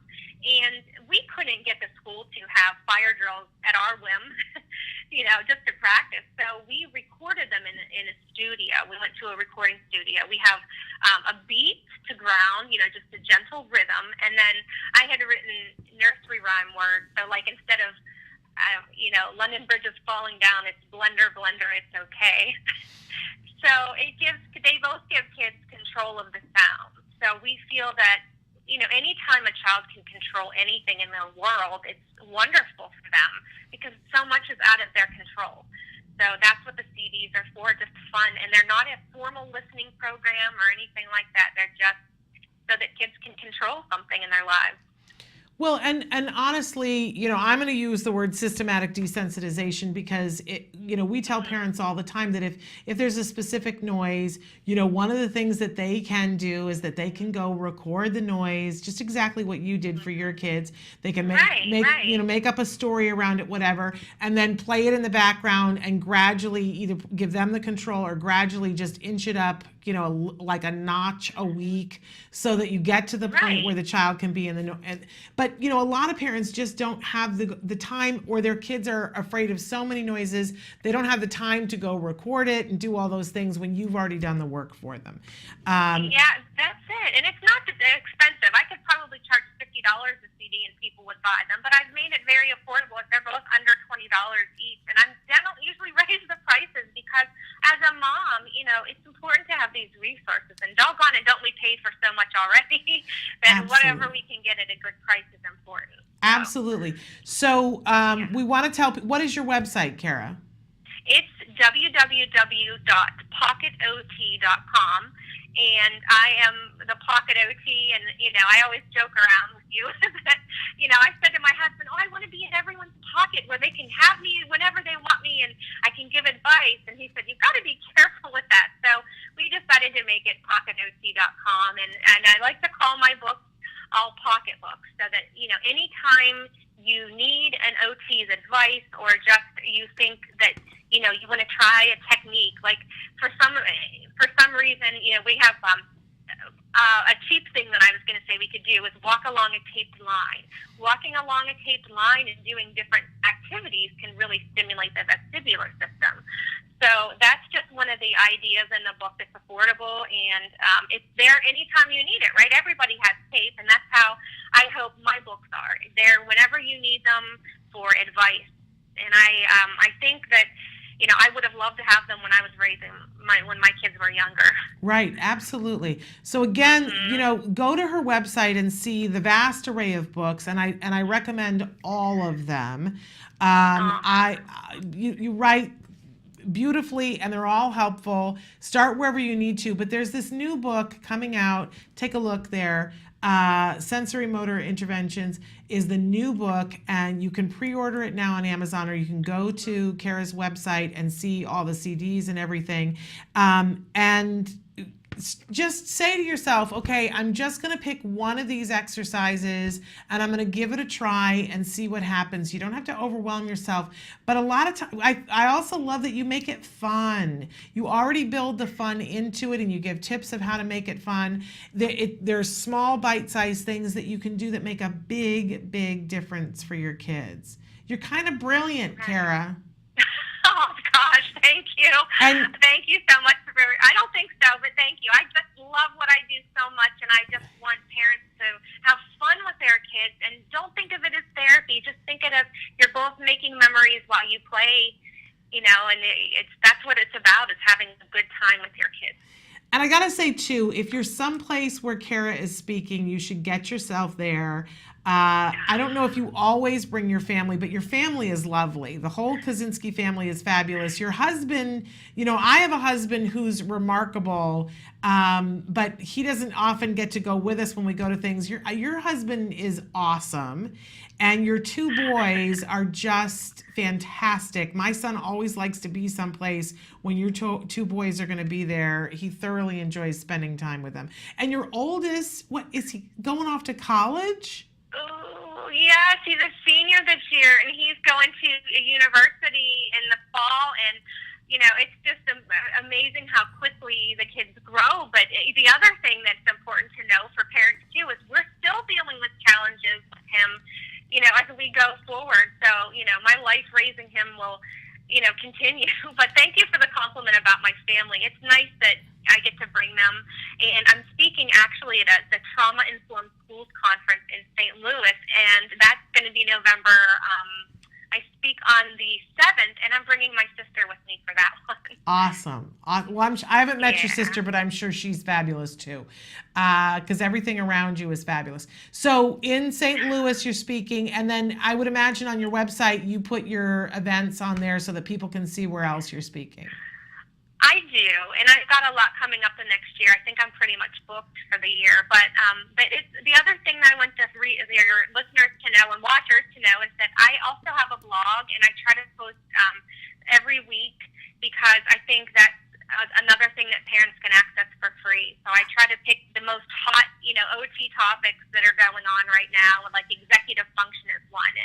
And you could take my courses through my website and look at the books and the blog, and there's some free printables too. So okay, fantastic. So we can access the blog on the website, correct? Yes, I redid the whole thing, which was not cheap, but I hope it's worth it. But yeah, everything is on one website now, so all right. Easily well, accessible. incredible resource for our families and for our kids. Thank you so much, Kara. And let us know whenever you've got time. We'll gladly have you on. Okay, and thank you for always being so complimentary. And we appreciate everything you do for all of us as families too. Well, so thank you guys. Thank you. We really do. Thank you. You guys have a happy weekend. You too. Okay, bye-bye. See ya. Bye. That was the remarkable Kara Kaczynski. I'm just going to hang up the phone. And we're going to take a short break, and then we're going to come back and try to squeeze in some mindfulness. Stick with us.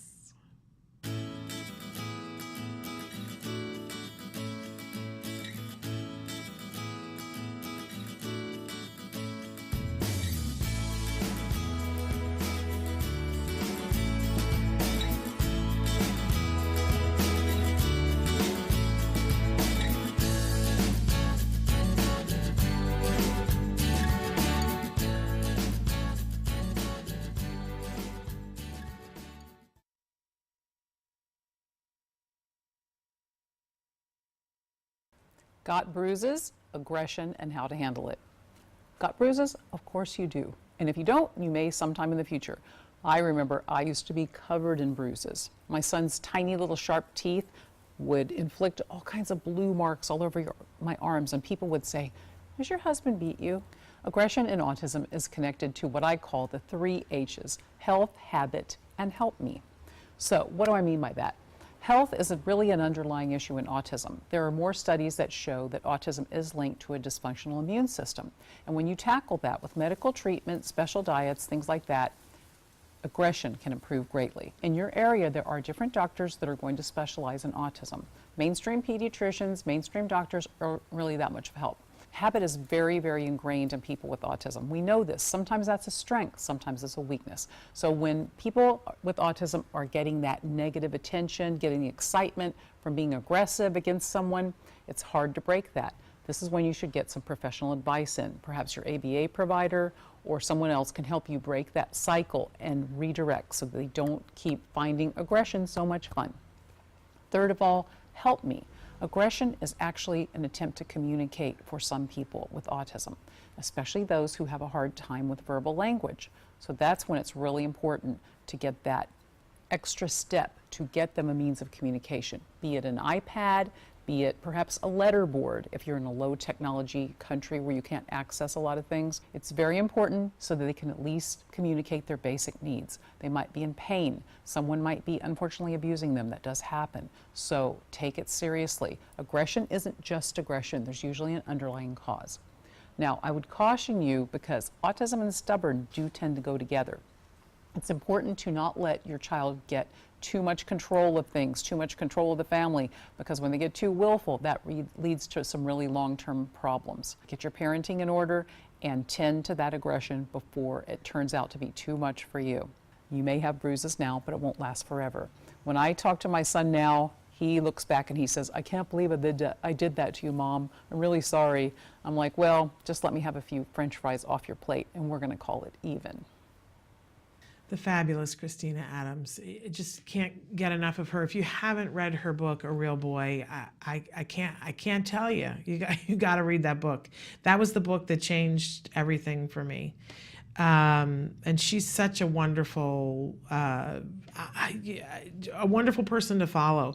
I've been watching. She's been in India, and of course, you know, she's talking with people about camel milk, and we miss her. I think she's coming back soon, and we'll look forward to having Christina back safe and stateside.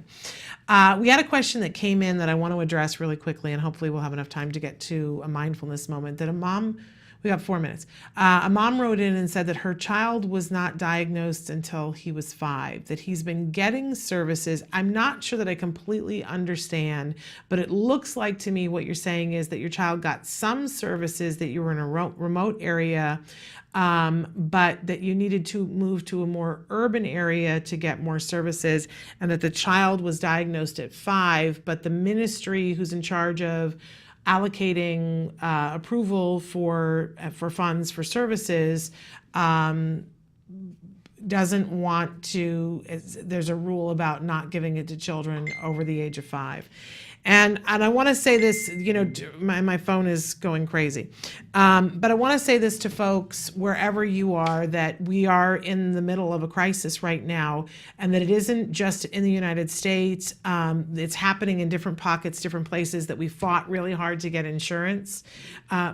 Okay, so you're in Canada, but we fought to get insurance, we fought to get funding in different countries, and that everywhere we're seeing that everybody is fighting back against that now, that funding sources are fighting back and saying, and this is the truth, that there is not a wealth of research over the age of 8 at least, that shows that ABA is effective. We all know that it is, and people have taken data, but you have to have very specific research, and then it has to be peer reviewed, and it took us 3 decades after Lovas finally, you know, published his study showing what the Young Autism Project did, and everybody went, "This is great," but a whole bunch of funding surfaces said it has to be peer reviewed. And it took 3 decades before we could turn the tide with insurance and say there is a wealth of peer reviewed research which shows that Lovas was on to something and that these numbers are accurate.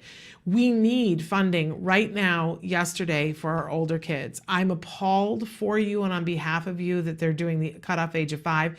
And I will tell you that the good news is that we do have research that shows that it is wildly effective with a 5-year-old.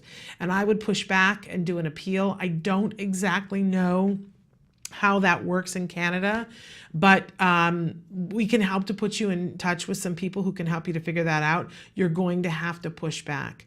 And it's so pivotal, especially since you write in and say that your son is nonverbal.